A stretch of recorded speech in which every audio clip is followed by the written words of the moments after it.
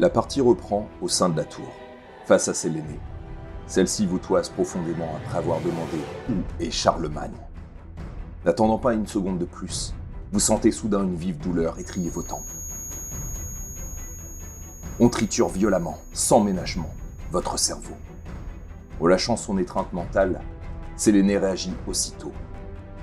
Vous direz à Charlemagne, ou plutôt à ce produit, que je m'occupe de mon empire.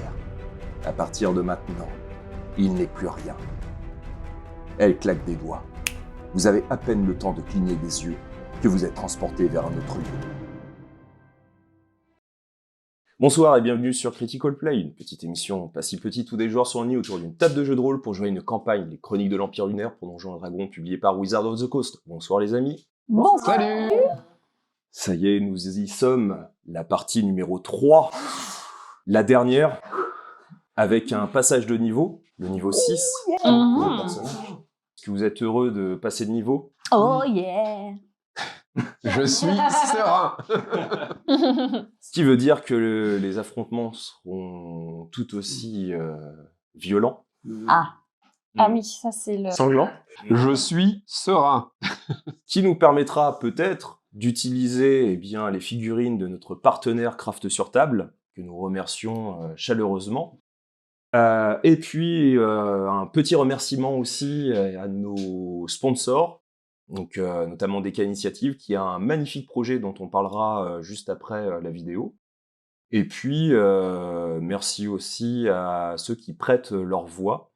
Merci à Daniel Niolobé, ainsi que Mélie Belsazar, de prêter leur voix pour cette saison. On espère que cela vous plaira. Troisième partie, des enjeux qui sont tout aussi forts. On va voir un petit résumé qui sera fait donc par vos soins, comme pour la saison numéro 2. Et puis on se retrouve après le générique. Notre histoire se déroule en mai de l'an 1000. Cela fait 200 ans que le titan Prométhée a été vaincu par Charlemagne. Ah, sérieux Arbassin? Je pense que si les gens sont rendus là, ils doivent connaître bien ton univers par cœur maintenant. Oui, mais ce qu'ils ne savent peut-être pas, c'est qu'après avoir traversé le Vaéré, nous nous sommes retrouvés à Gaune 6 mois plus tard. Et notre visite à Aldébaran, qui n'est pas passée inaperçue. Pour sûr, la cité a été détruite juste au moment où on était. Coïncidence? J'y ne crois pas. Oh, et on n'a pas pu retrouver mon petit croque-mite. Il y a aussi le fait que les gens soient tous tombés malades. Mais là, franchement, je vois pas en quoi c'est notre faute. Hein. Quoi qu'il en soit, Dany Wen a profité de toute cette pagaille pour prendre la tête du fragment du crépuscule et se nommer elle-même Impératrice Rouge. Ouais, puis ça fout un sacré bordel vu qu'elle menace l'écho du Zénith. On a aussi appris que Lunelon était détenu à Agone et serait bientôt jugé. Ce qui va sûrement mettre l'écho dans une position délicate, vu que Lunelon n'est rien d'autre que son beau-frère. Ah, mais qu'est-ce qu'on s'en bat les... Bon. Après, on s'est dit qu'il fallait peut-être quand même tout raconter à l'écho de tout ce qu'on a vu à Aldébaran. Et on est tombé sur le duc de Champagne qui nous a dit d'aller voir le comte de Cossigan. Celui-ci nous aiderait à trouver l'impératrice. Ouais, même que cette fois-ci, on y est arrivé à la bibliothèque. C'est vrai que cela nous a permis de savoir que le grand intendant menait une enquête sur Aldébaran. On a rapidement trouvé que c'était la grande conseillère sous l'autorité de la déesse Lolt. Et puis, il y a aussi le seigneur de la guilde des Célestes Marchands, qui est une entité marine d'un autre plan. Au sujet de la grande conseillère, on a pu la dénoncer à l'écho. Par contre, c'était bizarre cette soirée, cette tension palpable. Oh, tu parles de la misère morte venant de Dany Wen? Ouais, c'était plutôt le fait que l'écho nous envoie à la tour des Phéniciers pour voir ce qui s'y passait. Et à partir de là, nous sommes repartis à l'aventure. Ouais, la découverte et la perte de mon fils vous touchent pas tous, visiblement. Oui, puis franchement, Garek, tu faisais pas le malin en tombant du Céleste. Hein. Ouais, bah ça serait pas arrivé si on s'était pas fait attaquer par des orques. Et qu'est-ce qu'ils foutaient là aussi? Va savoir. En tout cas, heureusement qu'on a pu trouver un refuge au monastère. Où nous avons fait de curieuses rencontres, d'ailleurs. Quoi? C'est mon frère que tu traites de curieux? Bon ok, il est pas très sympa, mais c'est tout ce qui me reste de ma famille. Donc tu comprends bien que ma décision de rester au monastère après la perte de mon fils est motivée. Nous, oui. Oh! Du fait que vous m'ayez rencontré? Ah oui, bah, de toute façon, j'ai pas eu trop le choix. Moi, je m'en fous. Je vais faire de ça. Voilà. Qu'est-ce que tu baragouilles encore? Bon, en tout cas, on laisse mon frère et Zaharus au monastère, puis on récupère Targine pour aller jusqu'à la tour des Phéniciens. Et là, on découvre une rivière de corps. Mais on décide tout de même de rentrer dans la tour pour comprendre ce qu'il s'est passé. Ouais, bah c'était ces pourritures de charognards qui les ont attaqués. Mais l'unique survivant phénicien nous a expliqué avant de trépasser que les elfes noirs avaient attaqué la tour. Et apparemment, tout ce petit monde cherchait un objet caché dans la tour par Charlemagne. Oui, puis cette histoire de flagelleur de Mandal, là, qui va tout rapporter aux mécènes, ce qui venait de se passer. Qui disait ça, déjà? Ah, mon frère. Enfin, le Drider qu'il est devenu. Suite à ces douloureuses retrouvailles, nous avons vécu un combat épique. Et toujours mon frère.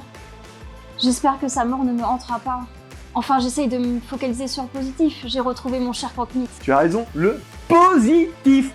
Oui, enfin, on a surtout trouvé ce que cachait Charlemagne.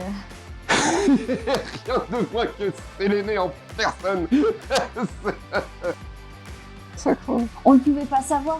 C'était soit mourir face à une cohorte de charognards, ou bien libérer Séléné pour qu'elle nous aide. Oh, puis franchement, je vois pas trop ce qu'on a pu faire de mal. Hein. Vous en pensez quoi, vous? Et la suite, après le générique. No one else could ever hold a candle. Get ready for a battle, 'cause you know that I was born for this. I was born for this. Never met a match I couldn't handle. No one else could ever hold a candle. Get ready for a battle, 'cause you know I was born. I tell you I was born for this. Ain't nothing gonna stop me now.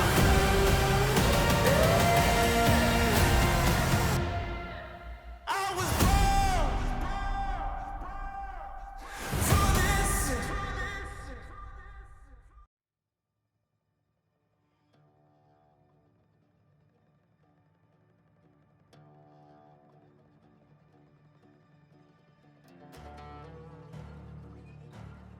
En réouvrant les yeux, vous vous retrouvez face au Vaïré. Vous avez l'impression d'être revigoré, vos points de vie sont au maximum. Vous êtes vivant et en bonne santé. Sans doute un cadeau de la déesse de la lune rouge. Un vent tiède frôle votre peau, un air chargé d'une odeur boisée. La lumière matinale grisâtre d'un ciel blafard vous force à écarquiller plusieurs fois vos paupières. Derrière vous, l'immense Vaïré, l'arbre ancestral d'Agone, la capitale du Zénith, juché près du marais formé par le proche lac de Lausanne. C'est un immense lac naturel de plus de 1000 km². Ce réservoir d'eau naturelle s'étend jusqu'à l'intérieur de la capitale du fragment du Zénith, face à vous, Agone. Vous reconnaissez la grande enceinte blanche de la plus grande ville du fragment central du Second Empire lunaire. Le ciel est chargé de nuages, des nuages lourds et bas. Une brume parcourt l'ensemble de la plaine face à vous, menant vers la grande porte. De gigantesques drapeaux aux couleurs de l'Empire retombent sur certaines parties de la façade immaculée de la muraille, renforçant la puissance se dégageant de cette grande construction naine, où, sur le côté gauche, vous pouvez apercevoir des habitations sommaires faites de toiles chamarrées établies sur les contreforts. La monumentale porte est réellement gigantesque, légèrement entrouverte via un système de rouages complexes sur les deux côtés de l'entrée. Cette colossale ouverture fonctionne telle une lourde herse coulissant du bas vers le haut de la muraille, elle-même haute d'une trentaine de mètres. Sur la façade face à vous, vous discernez, malgré la distance, les fresques représentant l'histoire d'Agone, la première des capitales fondées après la funeste fin du dernier empereur rouge à Aldébaran. À différents points de la grande enceinte, les citadelles de guet, pour surveiller l'espace encerclant la majestueuse ville. L'ayant déjà parcouru, vous savez qu'Agone est bien plus vaste que la capitale du fragment du crépuscule. Comptant 1 million d'habitants, elle est aussi bien plus ancienne. Constituée de canaux dans la plupart de ses quartiers en raison de bras serpentants depuis le lac de Lausanne, on peut circuler à l'intérieur de la ville, notamment par quelques barques assez onéreuses. Le vent s'engouffre le long de la grande enceinte blanche à une cinquantaine de mètres de vous. Ce qui vous intrigue, c'est l'absence de la longue queue de marchands et de voyageurs. À la place, un regroupement d'hommes en armure et d'habitants de la cité, regroupés sûrement du côté de la vieille forteresse. Naturellement, Vous cheminez jusqu'à la grande porte. En circulant non sans mal entre les nombreux habitants présents pour une occasion exceptionnelle, la prise de parole de l'écho du fragment du Zénith au sein de la vieille forteresse, celle que l'on nomme aussi le Vieux Palais. Vous accédez au bout de plusieurs minutes jusqu'à elle. Non parce qu'elle est éloignée de la grande porte, mais tout simplement parce que l'amoncellement dense d'Agonoises et d'Agonois vous empêche d'accéder rapidement jusqu'à l'ancestral bâtiment de pierre encastré dans la grande enceinte blanche. Sur le côté droit, illuminé par des brasseros marquant l'entrée d'un escalier de pierre taillé dans la roche de l'enceinte, vous apercevez les bases du Vieux Palais. Encastrée dans la muraille d'une trentaine de mètres de haut, cette forteresse ressemble à une puissante bâtisse troglodyte qui aurait creusé à même la roche de la grande enceinte pour s'élever sur l'ensemble de ces 30 mètres. La largeur de la forteresse amplifie cette sensation de puissance du lieu. Pour accéder aux différents niveaux, des escaliers les parcourent. Le vent s'engouffrant dans les nombreux espaces vacants de la vieille citadelle, un murmure léger parvient à vos oreilles. Des âmes forgées et des gardes sont présents, marquant l'entrée. Les âmes forgées mesurent une tête de plus que vous. D'un métal bleu à l'origine, l'orichalque est devenu sombre. Ces créatures artificielles furent forgées dans la cité naine de Nulmoldir. Comme vous le savez, il y a de cela un peu plus de 2000 ans par le titan Prométhée. À l'époque, Prométhée s'était mis au service de Séléné pour vaincre la titanique Gaïa, avant de se retourner contre la fondatrice de l'Empire lunaire. Vous entendez du monde au-dessus de vous. Les gardes ont le visage fermé. Ils semblent inquiets. L'air est frais ce matin et le vent s'invite fortement entre les passages et le long de la grande muraille blanche d'Agone où s'est bâtie la vieille forteresse, où l'écho du Zénith a réuni sa garde, ses vassaux et toute son armée.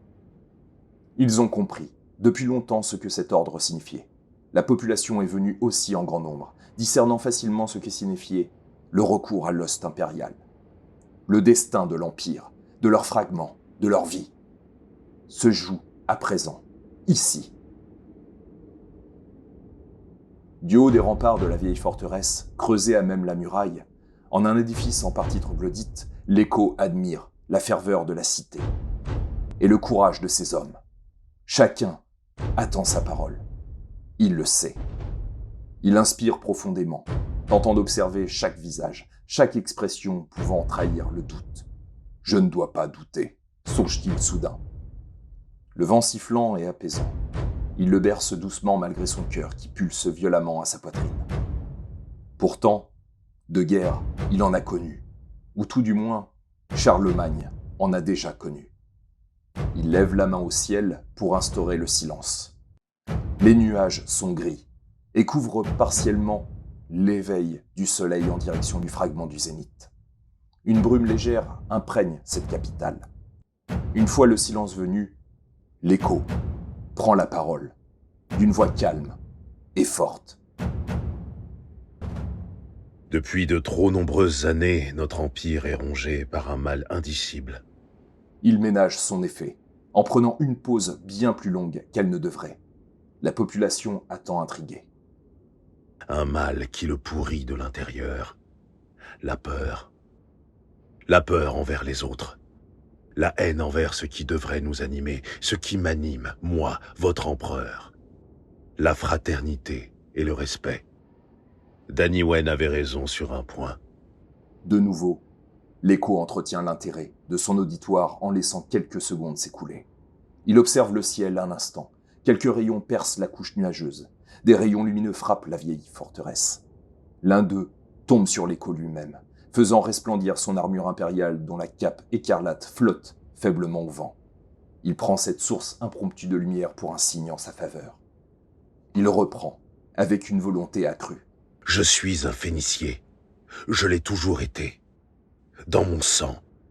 Dans mon âme. L'écho regarde sa main gauche et se souvient de cette sensation. La cendre chaude des phénix coulait entre ses doigts. Il serre le poing et regarde de nouveau l'assemblée. La fraternité coule dans mes veines et j'ai cherché à l'étendre sur ce fragment plus que nul autre écho avant moi. Pour cela, Danny Wen me considère comme faible. Elle nous considère comme faibles. Elle a tort. Impériaux, prométhéens, humains, races anciennes, nous ne formons qu'un. C'est ainsi que nous sommes forts, une force que rien ne peut arrêter. Et nous allons le lui prouver. C'est le moment. Il le sait. C'est maintenant que tout se joue. Il a galvanisé leur ardeur, puisé dans leur détermination sans faille à rester unis. Avec abnégation, il reprend de plus belle, en y mettant tout son cœur, cherchant à parler à chacun, comme s'il les apostrophait individuellement. Nous sommes à la croisée des chemins. L'Empire lunaire est à la croisée des chemins. Le cercle écarlate a dénaturé les préceptes qui sont les nôtres. Regardez-vous. Observez la force et le courage que je lis dans vos yeux.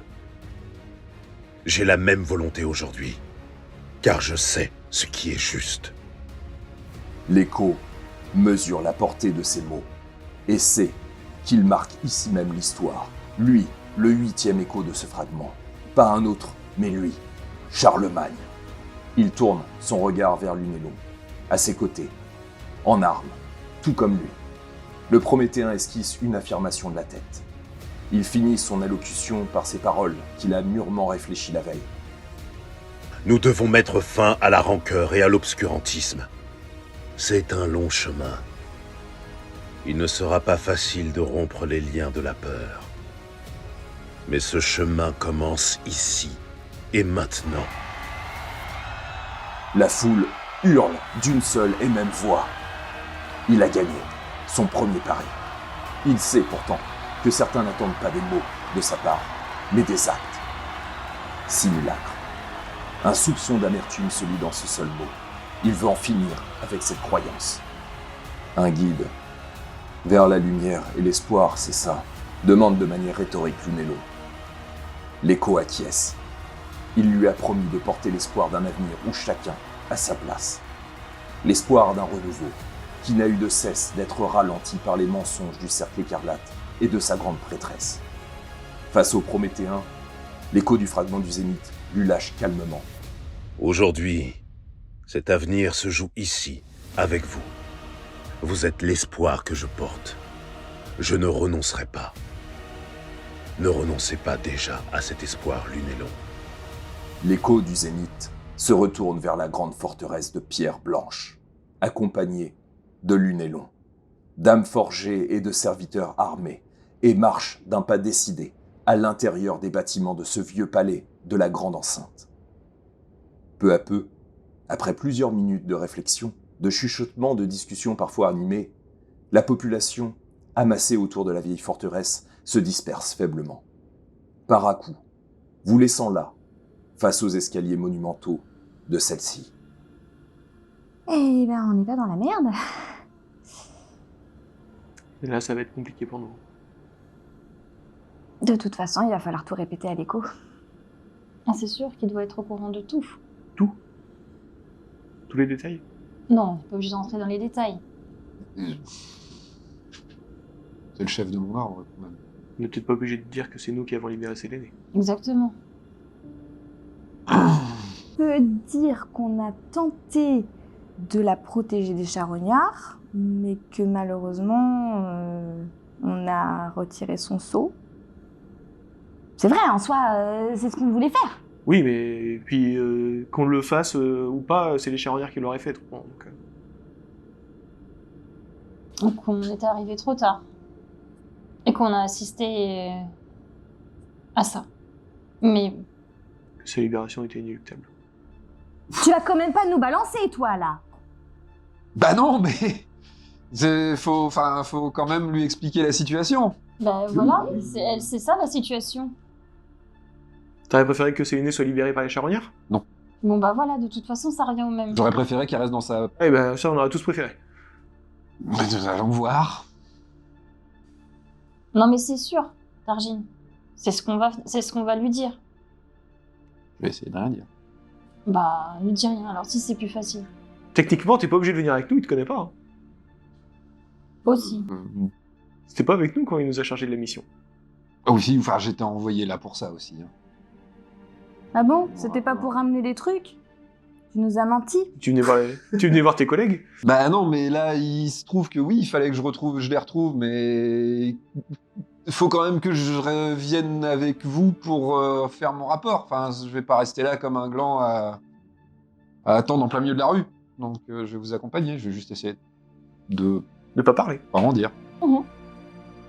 Ok. Tu peux pas lui jeter un sort de silence à lui? Si je pourrais. D'ailleurs, tu as Croque-Mythe qui est à côté de toi, qui te frôle légèrement donc la jambe. Qu'est-ce qui se passe? Je sens qu'il veut me dire un truc ou pas spécialement? D'être heureux d'être là avec toi. Ok. Bon, tu vois qu'il est toujours assez sale, hein, son poil est toujours très sale. Hein. Tu sens que pendant plusieurs semaines, Ouais. il n'a pas été vraiment soigné. Hmm, En tout cas, on n'a pas fait énormément attention à lui. D'accord. Moi, je lui parle, je lui dis quand même tout va bien, Croque-Mythe. Et tu vois qu'il tourne légèrement la tête, mais il n'a pas l'air d'être inquiet ou quoi que ce soit. T'as un vilain poil, hein. Va falloir arranger ça, hein. Bon, là, on n'a pas trop le temps, mais Sortir la brosse. je sais pas si j'ai une brosse. Bah si, je suis une elfe, j'ai forcément une brosse. Donc tu mélanges tes cheveux avec les poils de Les ton... poils, bon, ça explique pas mal de trucs. Hein. Mais bon, voilà, je lui dis que je m'occuperai de lui dès qu'on aura un petit moment.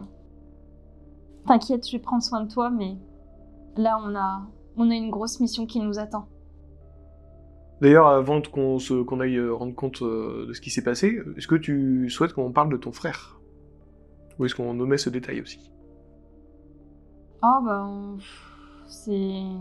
Par contre, on peut peut-être parler de l'application de Lolt Oui. dans tout ce qui s'est passé. Non, mais on peut parler de mon frère, de toute façon, on peut... Voilà. On peut l'évoquer, oui. Ça, moi, ça me pose pas de problème. Ok. C'est pour qu'on parle de ça aussi, que Lolt était sur place. Enfin, pas Lolt, mais ses troupes.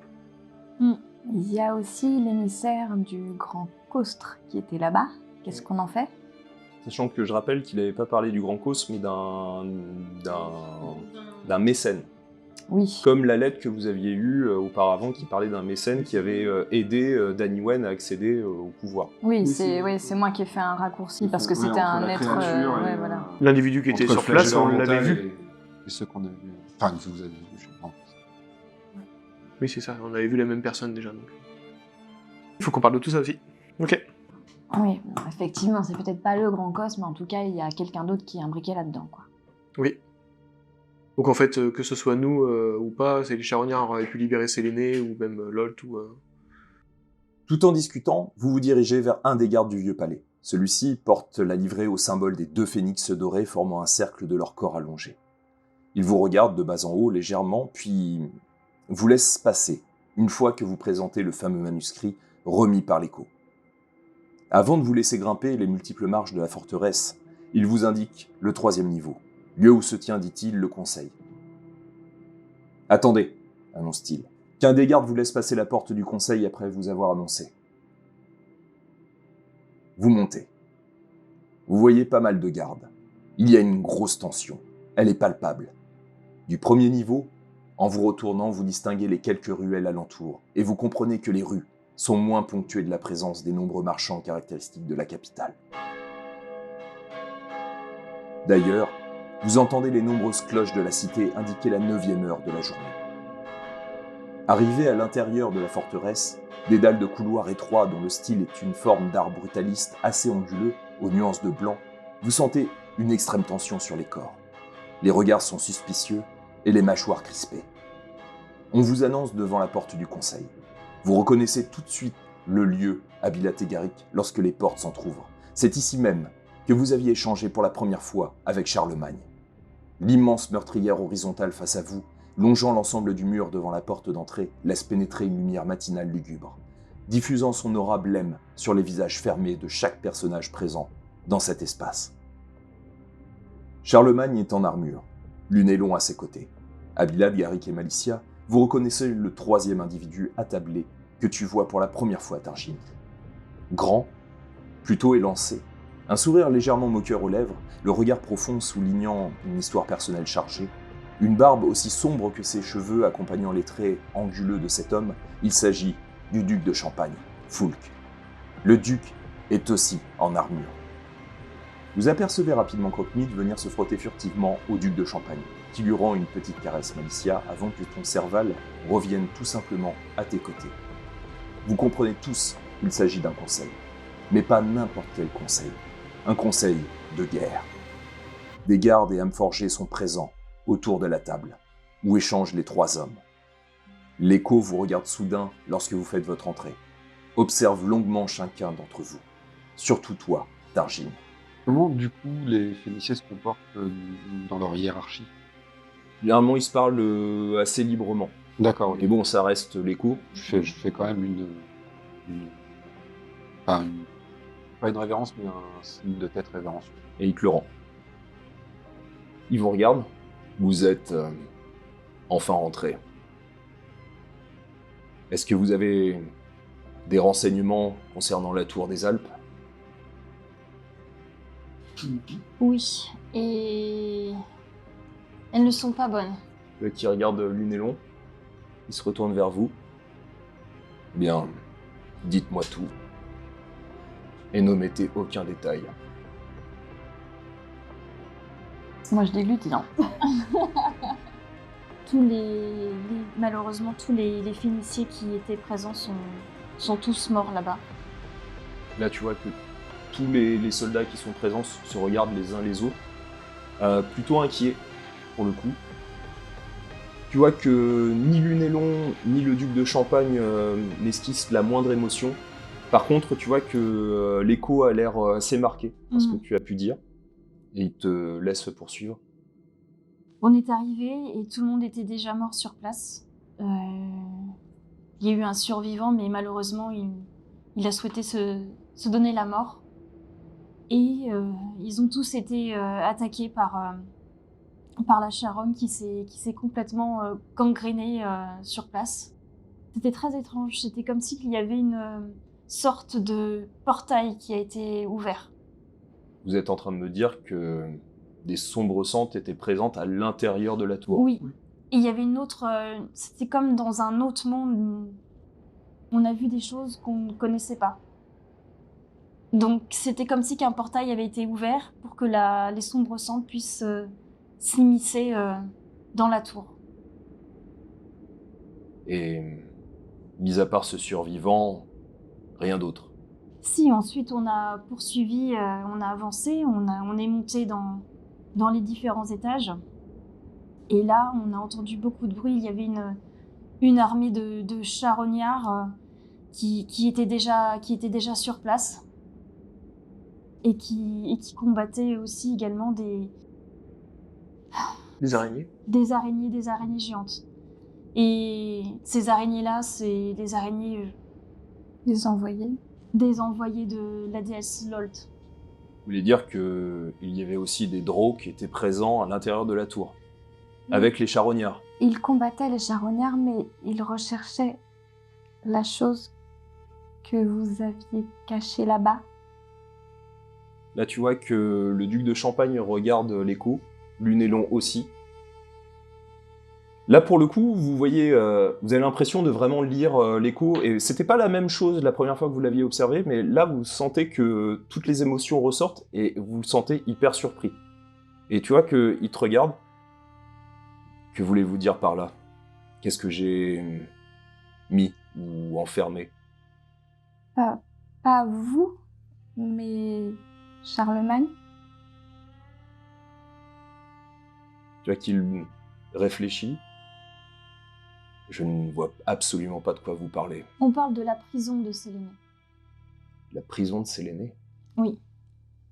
J'observe Lunéon, comment il réagit. Fais-moi un test de charisme. Essayez de voir de manière un peu empathique. 11 plus 1, 12. T'as l'impression que... il y a des réflexions un peu contradictoires qui sont en train de se cheminer en lui. Ça n'a pas l'air très, très clair dans sa tête, mais tu vois qu'il a l'air de réfléchir à pas mal de choses. Et il doute peut-être de l'écho.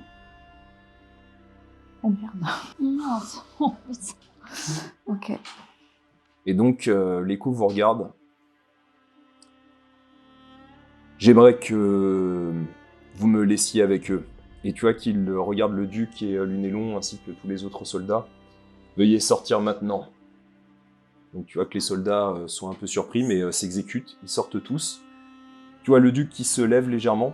Voulez-vous que je vous le laisse? Et tu vois qu'il y a une sorte sur la table en bois assez massive, ronde. Vous avez pu le voir auparavant, mais maintenant que vous y fait un peu plus attention, un orbe métallique, entre le gris et le noir profond, pouvant être tenu dans une main d'un diamètre d'environ 12 cm.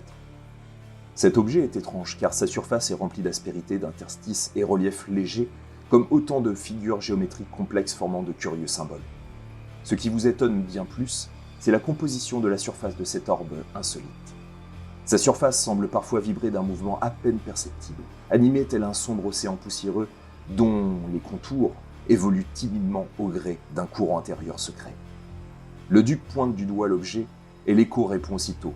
« Oui, vous pouvez laisser l'orbe. » Le duc fait un salut révérencieux, puis sort aussitôt de la salle du conseil, ainsi que Lunéllon. Les doubles battants se referment juste après son départ. L'écho s'assoit, vous demande de faire de même. Bien. Vous me dites que Séléné était enfermé à l'intérieur de la tour des Alpes. Et vous me dites que je l'ai enfermé il y a longtemps. La prison était une sorte de statue et elle nous a dit que Charlemagne avait enfermé Séléné à l'intérieur d'elle. Tu vois qu'il laisse plusieurs secondes. Il a l'air de réfléchir énormément à ce que vous êtes en train de lui dire. Vous étiez pas au courant? Non. Je fouille dans ma mémoire et je n'ai aucun souvenir de ce que vous êtes en train de me dire. Ce qui laisse supposer deux choses. Soit ça n'a jamais existé, soit l'empereur Charlemagne, qui se trouve à la forteresse d'Andorre, a fait en sorte que je ne sois pas au courant. Et est-ce que Séléné vous a dit quelque chose? Oui. Elle nous a dit de vous dire que maintenant elle s'occupait de son empire, je tremble en disant ça, hein, et que Charlemagne n'est plus rien. Je pense savoir vers qui se tend son influence. Écoutez, vous avez déjà fait beaucoup pour moi, mais j'aimerais avoir le cœur net sur ce sujet. Peut-être que c'est un élément capital, aussi bien pour moi, je le reconnais, que pour l'Empire et toutes les personnes qui vivent à l'intérieur de cet empire lunaire. J'aimerais que vous alliez jusqu'à la forteresse d'Andorre, qui se trouve dans les Pyrénées, à la frontière du royaume ibérique. De là, et tu vois qu'il retire une bague. Abilad, Garrick et Malicia, vous la reconnaissez car vous l'aviez déjà vue au doigt de l'écho du crépuscule. Il s'agit du symbole du pouvoir de chaque écho sur son fragment. La force du second empire lunaire entre les mains des trois échos de Charlemagne. Cet anneau d'or ressemble bien plus à une chevalière avec son large chaton. Les épaules de celle-ci sont d'or, un or ancien, résistant au temps, gravé de différents symboles impériaux datant du premier empire lunaire, notamment une sorte d'aigle ou de phénix stylisé. La pierre ornant cette chevalière est l'onyx, dont les vertus, tu les connais, Abilat, sont de faciliter la parole claire et la sérénité. La pierre est ancienne, très ancienne, au vu des nombreuses craquelures qui la parsèment. L'écho du zénith la pose sur la table. Aussitôt, un vent léger s'infiltre à travers la longue meurtrière horizontale de la pièce, renforçant l'aspect solennel de la situation. Vous sentez le poids énorme des responsabilités qui incombent aux porteurs de cette chevalière. Ils vous regardent, tous, avec détermination. Cet anneau, je vous le confie, ça sera votre seul moyen d'avoir accès à l'empereur Charlemagne. Je veux que vous alliez le voir. J'aimerais que vous lui demandiez pourquoi il a enfermé Séléné. Est-ce que c'est cela qui a conduit à l'apparition des charognards? Est-ce que le fait que les phénix ne répondent plus, notamment le phénix impérial ne répondent plus à nous autres échos, est-ce que c'est lié à cela?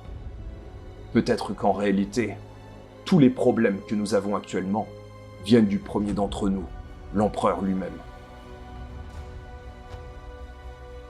Je ne peux le faire moi-même. J'ai une guerre à préparer. Grâce au duc de Champagne, tu vois, qui pose sa main sur l'orbe, je sais actuellement où se trouve Dany Wen, l'usurpatrice. Elle est aux portes de Dijon, aux portes du fragment, de mon fragment. Elle se rapproche de jour en jour. Elle a de nombreuses troupes. Je ne peux laisser vacant mon trône. C'est une lourde tâche que je vous confie. Mais si vous avez réussi à survivre à la tour des Phéniciers des Alpes, j'espère, je le souhaite, que vous réussissiez dans votre quête, pour nous tous. Et vous ne pensez pas que Dany Wen va être aidée par Séléné? Qu'elle va avoir gagné du pouvoir? Si, j'en suis même persuadé. Heureusement, Lunelon a accepté de se rapprocher de moi. Les Prométhéens sont avec lui, ce qui me fait des troupes supplémentaires. J'aurais besoin de bien plus. Mais j'ai appris, et tu vois qu'il a toujours sa main sur l'orbe, j'ai appris que les orques combattaient dans le sud du fragment du crépuscule. Dany Wen a dû détacher des hommes et des femmes, des soldats, pour les affronter. Moi, je n'ai qu'un seul front. C'est un avantage, qui ne tiendra peut-être pas très longtemps, mais en tout cas, moi, j'ai l'avantage d'avoir des troupes qui sont actuellement ici, avec moi. Il y a quand même quelque chose qui m'intrigue. Si vous ne saviez pas que Séléné est emprisonnée là-bas, comment les charognards et les drous ont-ils pu le savoir? Je ne sais pas. J'espère que l'empereur, le premier d'entre nous, est toujours en vie. Il y avait aussi un flagelleur mental qui discutait avec le chef des drous. Enfin, le chef, en tout cas, quelqu'un de haut placé. D'accord. Et est-ce qu'il a dit quelque chose en particulier ou fait quelque chose en particulier? Qu'il allait reporter tout ce qui se passait à son mécène. Il s'est enfui avant qu'on puisse l'interroger plus et l'intercepter. C'est une conversation qu'on a entendue. Et ce flagelleur mental, vous savez d'où il vient? Pas exactement. La seule fois où on a vu des créatures comme ça, c'était... Ici, C'est-à-dire, quand nous avions rencontré le grand Cosre. vous avez rencontré le grand Cosre?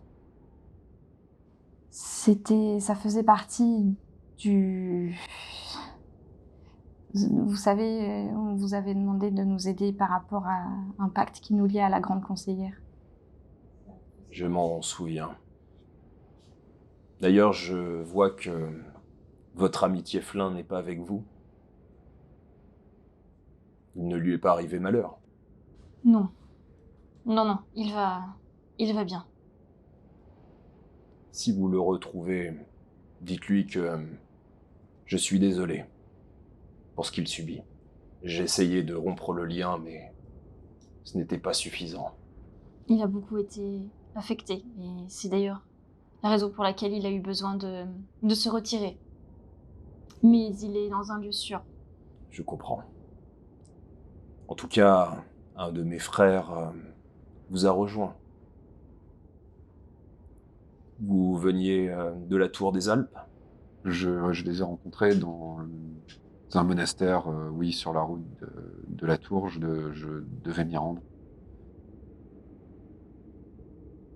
c'est là que j'ai découvert que la tour était tombée et que, effectivement, les drôs de Lolt avaient envahi la tour en même temps que les charognards. Tu vois qu'il se retourne de nouveau vers toi, Garrick. Et où se trouve ce grand Cosre? Non, là, c'est juste que je me rappelle plus exactement dans la ville où on avait été. En fait, c'était dans des grottes souterraines. C'est dans les grottes souterraines, là. On Bon, était je vais passé dire par ça, les en gros. bains avec Vanille Panépine. Maintenant, exactement où? C'est ça. J'en suis navré, je suis incapable de vous dire précisément l'endroit. Je sais que c'était dans des galeries souterraines aux alentours. Les alentours de quoi? D'où? Dagon. Près des bains. Des bains qui se situent à la guilde. Je suppose, oui. Vous êtes en train de dire que le grand Cosre est soutenu par la guilde des Célestes Marchands. Alors, soutenu, bah, on n'a pas les détails, donc non, ça, je peux pas vous le dire. Je ne confirme pas leur lien. Mais voilà. Donc fais-moi un test de charisme. Pour voir si ton marathon... Je suis désolé d'avance, hein, parce que charisme, je suis un peu une galette, quoi. Alors je rappelle... Et les points d'héroïsme? Non, c'est mort. On a fait 4. Il te regarde. Dès le départ, je vous ai dit une chose. N'omettez aucun détail. Ce que vous avez fait, j'aurais dû peut-être rajouter de ne jamais me mentir. Je repose une dernière fois ma question. Est-ce que vous savez quel est le lien entre le Grand Cosre et la guilde des Célestes Marchands?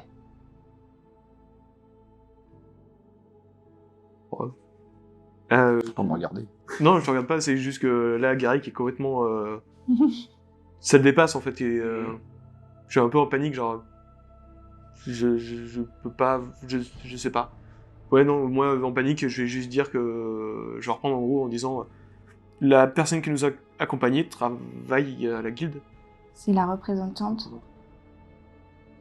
de la guilde des marchands. Donc le Grand Cosre et Vanille Panépine. Non. C'est une créature qui prend possession de l'esprit des gens et elle se sert de certaines personnes. En réalité, je ne sais même pas comment ça fonctionne, Et la guilde est au courant, donc. visiblement. Est-ce que cette créature vous a parlé du duc de Champagne ou pas? Je me rappelle pas. En tout cas, le duc ne nous en a jamais parlé non plus. Il nous a juste présenté Vanille Panépine comme étant la représentante de la guilde des marchands. Bien.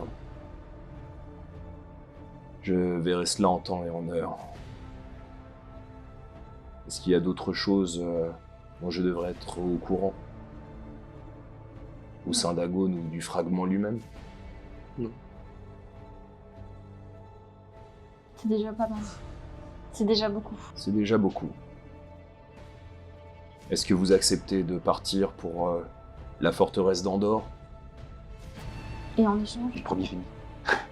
C'est-à-dire en échange. de ce service, Que désirez-vous?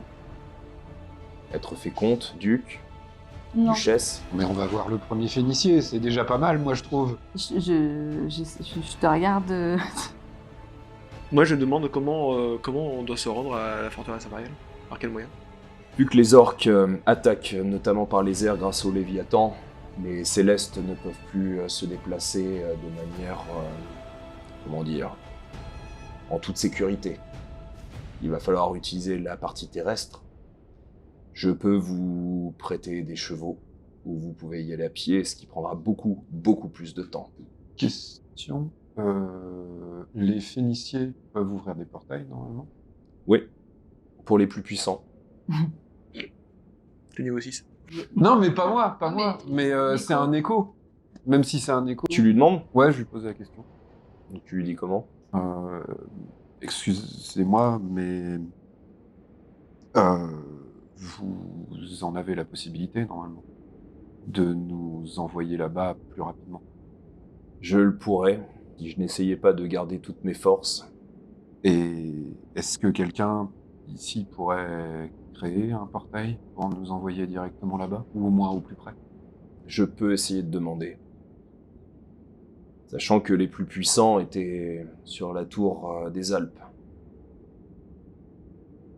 J'ai dû prouver mon allégeance à Séléné en refusant année après année la présence de Phéniciers à mes côtés. Je vais voir s'il en reste quelques-uns dans la cité, mais ils se comptent sur les doigts de la main. Mais je ferai la demande. D'accord. Ce serait peut-être le plus simple et le plus rapide, s'il faut la réponse le plus vite possible. Très bien. Donc moi, je vais voir Abby, discrètement en chuchotant. Tu veux pas négocier ton livre en récompense contre le service qu'on va donner? Ça se fait pas trop de négocier avec un empereur. J'aimerais bien, c'est sûr que j'aimerais bien, mais... Essaye. Hein. C'est pas grand-chose pour lui, je pense.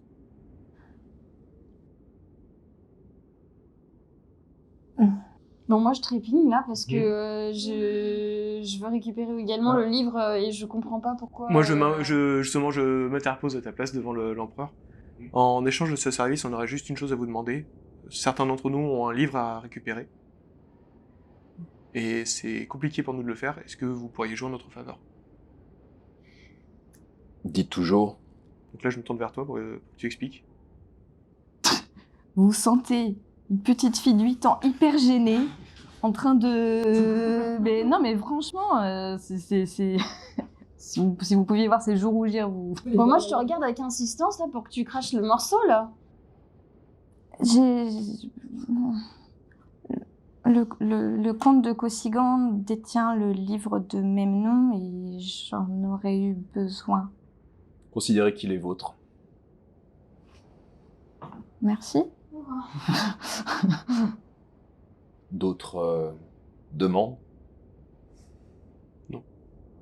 Bien. Alors on peut considérer que tout est acquis de votre côté? Est-ce qu'il y aurait un moyen de vous contacter plus rapidement que de revenir jusqu'à vous et on ne saura pas où vous serez dans la bataille pour vous tenir au courant de notre avancée? Oui. Je vais demander au duc de Champagne de vous fournir une de ces orbes. Et tu vois qu'il pose sa main de nouveau sur cette orbe. Il a conçu, avec l'aide de la guilde, des orbes qui permettent de voir ou de communiquer entre ces différentes orbes à des distances qui sont bien plus importantes, par exemple que les pierres messagères. Je vous en fournirai un. Ça vous permettra de communiquer avec moi. Je sais pas s'il en a plusieurs tout de suite, mais je lui demanderai de s'atteler le plus rapidement possible à la tâche pour que vous puissiez partir le plus rapidement possible. Très bien. Si vous avez des choses à acheter, à récupérer, n'hésitez pas avant de partir, disons, demain. Le plus rapidement sera le mieux. Et j'aurai peut-être la réponse concernant les Phéniciens. Très bien. Très bien. Retrouvez-moi demain à l'aube, aux premières heures, pour que nous puissions, eh bien, soit vous faire partir par portail, soit pour récupérer vos chevaux. Ok. À demain, À demain. Merci. et merci à vous. J'ai une petite révérence maladroite. Je fais un signe de tête. Vous sortez de la salle, et donc, que faites-vous à présent? Vous croyez qu'on peut passer par Toulouse pour aller à la forteresse impériale? Je crois que je m'assois... S'il y a des marches, je m'assois sur des marches. Parce que, sincèrement, vu tout ce qu'on a vécu, je demanderais qu'à dormir. Là, je suis épuisée. Bah oui, il est quelle heure de la journée là? Là, c'est le matin. Donc il est à peu près 9h. Vous avez entendu les tierces sonner, donc les cloches, il n'y a pas très longtemps. Là, ça fait bien une bonne demi-heure que vous êtes en échange avec lui, donc il doit être à peu près 9h30. Mais effectivement, vous sentez l'épuisement. Alors même si vous sentez physiquement, même vos blessures ont cicatrisé, alors peut-être par ce déplacement qui a été fait par Séléné, ou peut-être qu'elle vous a accordé cela parce que vous l'avez quand même libéré. Mais en tout cas, voilà, vous avez tous vos points de vie, mais effectivement, vous vous sentez fatigué malgré tout.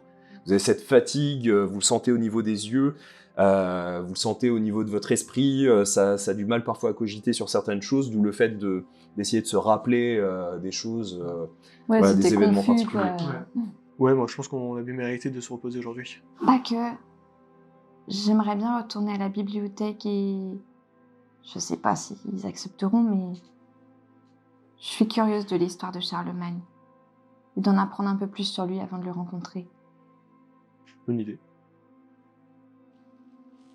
C'est vrai qu'on ne connaît rien de lui. Mais d'avoir vu dormir. On va chercher un endroit pour se reposer quand même. Bah, vous connaissez, par exemple, alors c'est là où vous aviez acheté la première fois hein, les potions de guérison. Donc c'est la chèvre fringante, tenue par la guilde. Un endroit se situant à l'intérieur même de la muraille, cette grande muraille blanche d'Agone. Vous devez bifurquer dans un des points nord de la cité. Le ciel s'éclaircit peu à peu et le soleil fait une apparition bienfaitrice mais fugace avant que les inquiétants nuages gris replongent la cité dans une atmosphère morne. Tout en passant un pont, vous apercevez au loin la puissante et monumentale statue représentant un empereur rouge à la longue épée, la main gauche levée vers l'avant en signe de don. Au bout de plusieurs minutes, après avoir redemandé votre chemin à d'aimables passants, vous parvenez de nouveau en vue de la grande enceinte.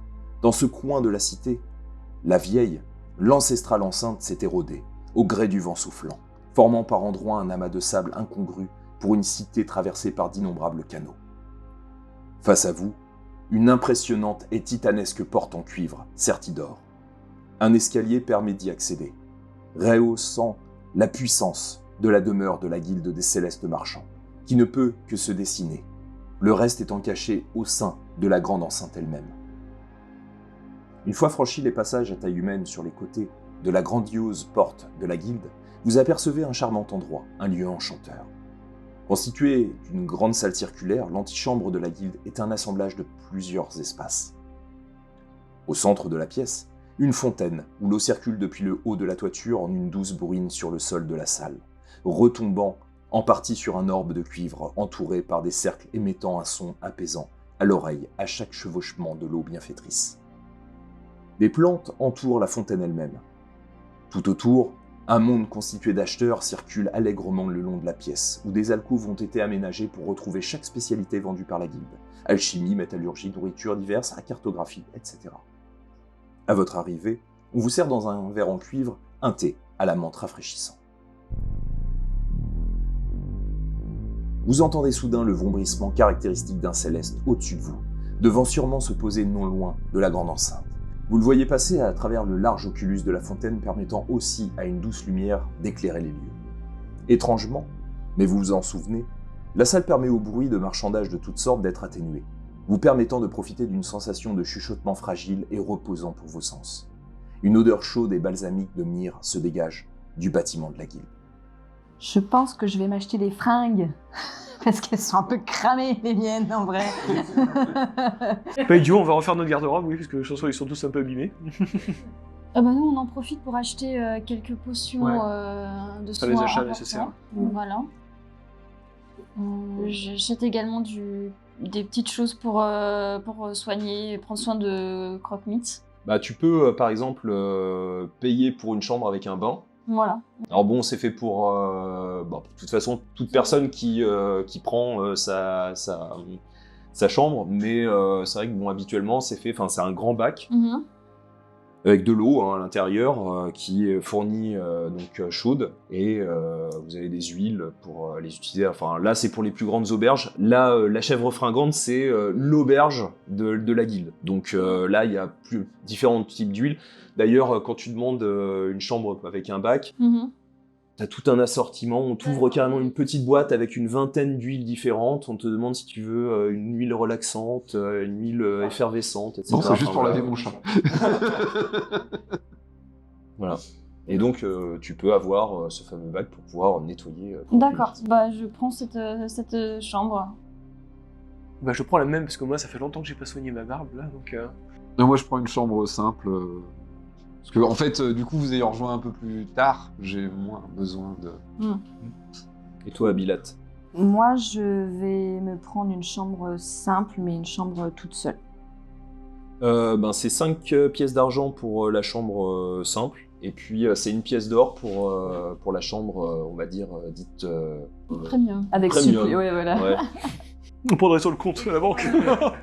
En rappelant que vous avez à la banque de la guilde, donc à ce Oui, niveau, bah, hein, vous avez au rez-de-chaussée, hein, mais vous avez la banque de la guilde, vous avez vos pièces d'or qui vous attendent aussi.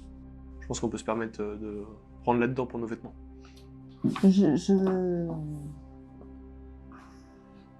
Je pense que ce serait pas mal qu'on vide tout. Qu'on utilise parce qu'on pourra pas l'emmener avec nous. On ne pourra pas l'emmener, oui. Mais qu'on laisse rien. Je suis pas sûre que... Ils ont, elle a raison, ils ont un système où on peut, de pierres précieuses qu'on peut emmener avec nous plutôt que de travailler des pièces. Oui. On peut faire ça tout emmener, sinon. Je pense que même en pierre précieuse, ça va représenter Mais oui. une belle petite bourse. Après, il y a des pierres précieuses qui valent beaucoup. Ouais. Petite. Faut les perdre, quoi. Certes, mais je suis pas sûre que... ça soit une bonne idée de tout laisser là. Non, je pense qu'effectivement, C'est ni une bonne idée de tout laisser, ni une bonne idée de tout prendre, donc... on reviendra probablement pas à Gone. Non.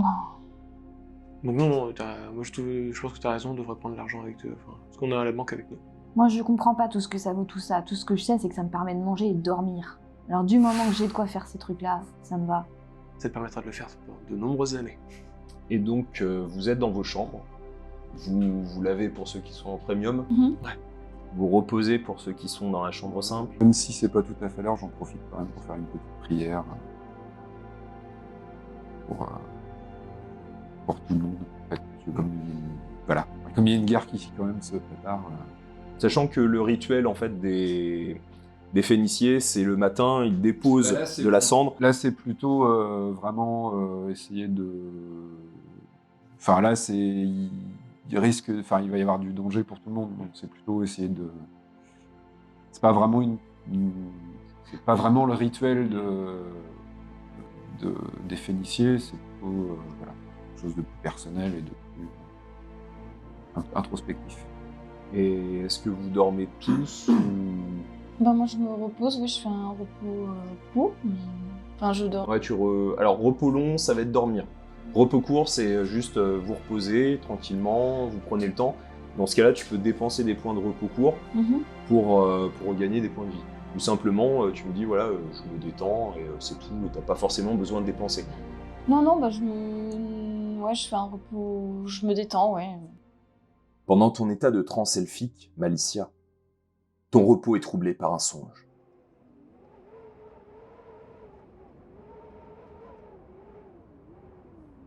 Tu es de nouveau face à cette cyclopéenne porte rouge de la tour des Phéniciens, des Alpes.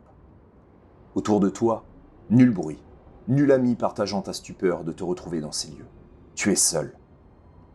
Tu ressens d'ailleurs un grand vide au fond de toi, comme la perte d'un ou de plusieurs êtres chers. Le vent soufflant, effroyable force balayant la neige au alentour, te transperce d'un froid mordant. La tour te semble bien plus sinistre qu'elle ne l'était. Cette puissante porte écarlate s'ouvre soudain, en un bruit déchirant de métal et de chaînes.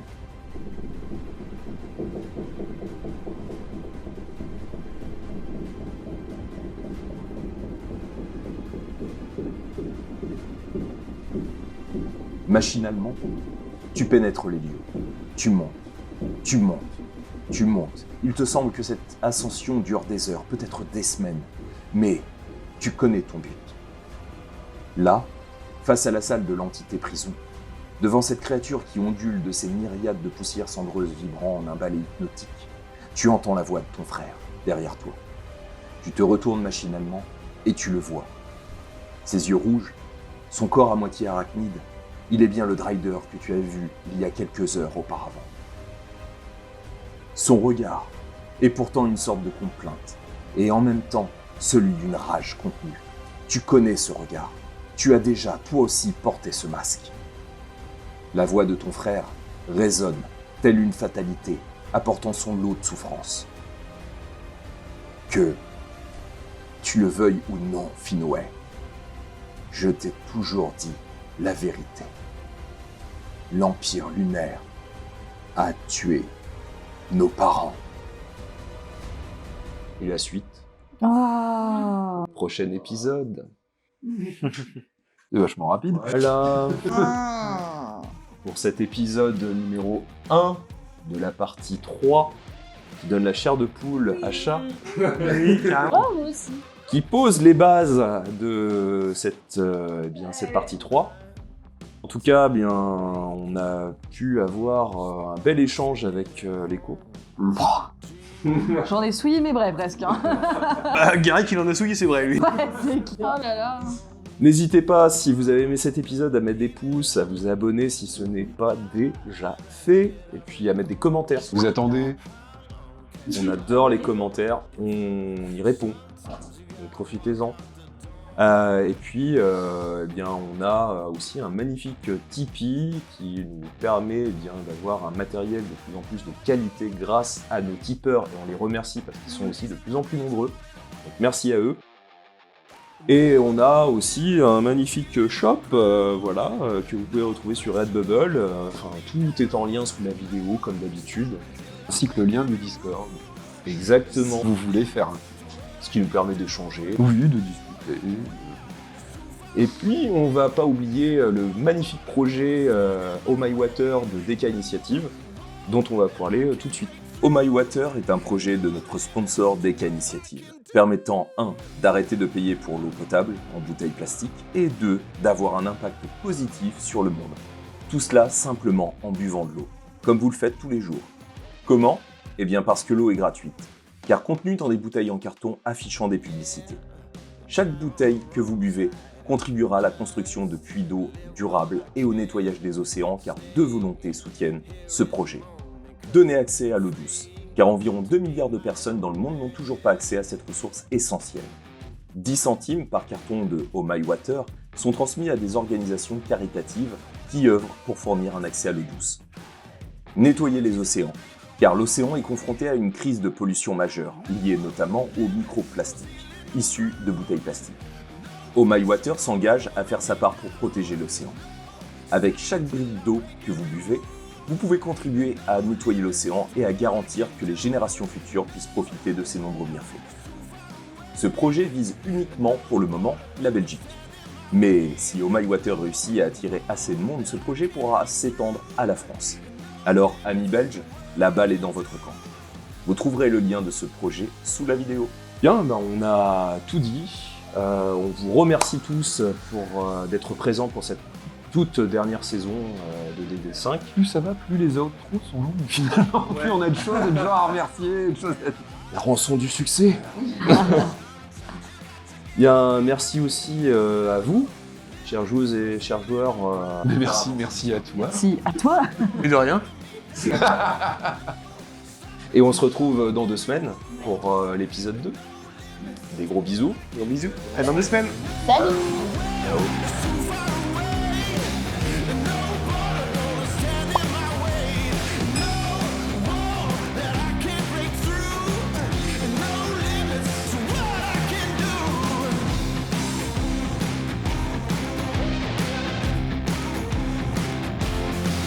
Bonsoir et bienvenue sur Critical Play, une petite émission pas si petite où des joueurs sont réunis autour d'une table de jeu de rôle pour jouer à une campagne, les Chroniques de l'Empire Lunaire pour Donjon et... Quel bâtard. Dongron et Dajon. Donc gros, et agence. Bon, on est Pour mon reparti. jargon.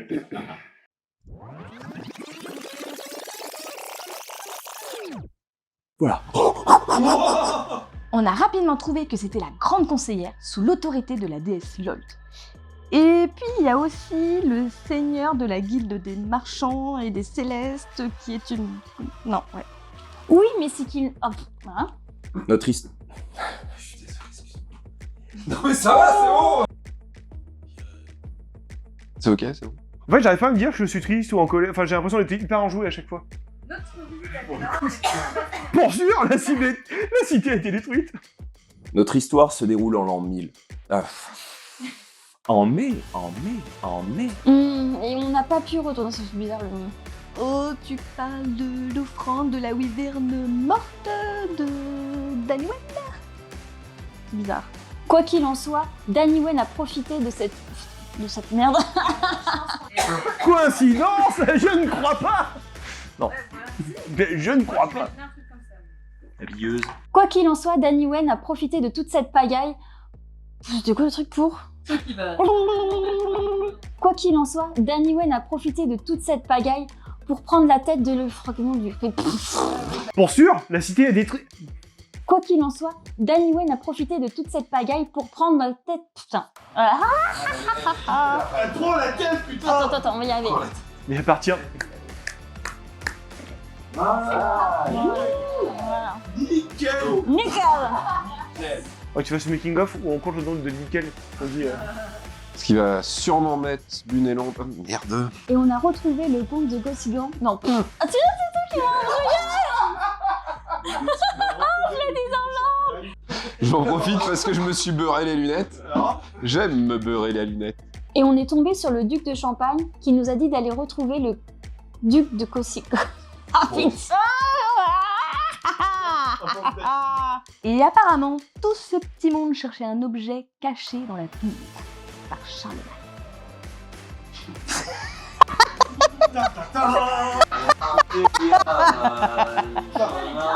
Oui, ça et le fait que l'écho nous envoie en mission. Putain, je l'ai raté. J'ai bouffé ma phrase. C'est vrai que ce nom... Oui, enfin, on a surtout trouvé ce que cachait Charlemagne.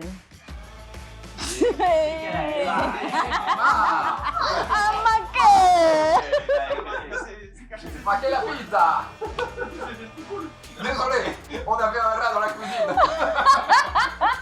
C'est vrai que cela nous a permis, c'est ça? C'est vrai que ça nous a permis. C'est vrai que... Non, mais Malice, elle parle pas comme ça. C'est vrai que cela nous a permis de savoir. Il est vrai que cela nous a permis. Oh là, non, c'est trop guindé. C'est certes vrai. Attention. Ouais, bah c'était ces pourritures de charnières qu'ils ont attaqué.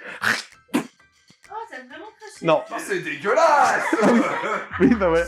C'est J'ai moi. entendu tomber sur le parquet. J'espère qu'on l'entend pas à la fin. J'ai entendu le... Va savoir. En tout cas, Mais l'unique survivant phénicien avant de trépasser. Merde, je l'ai raté. ah, mon frère.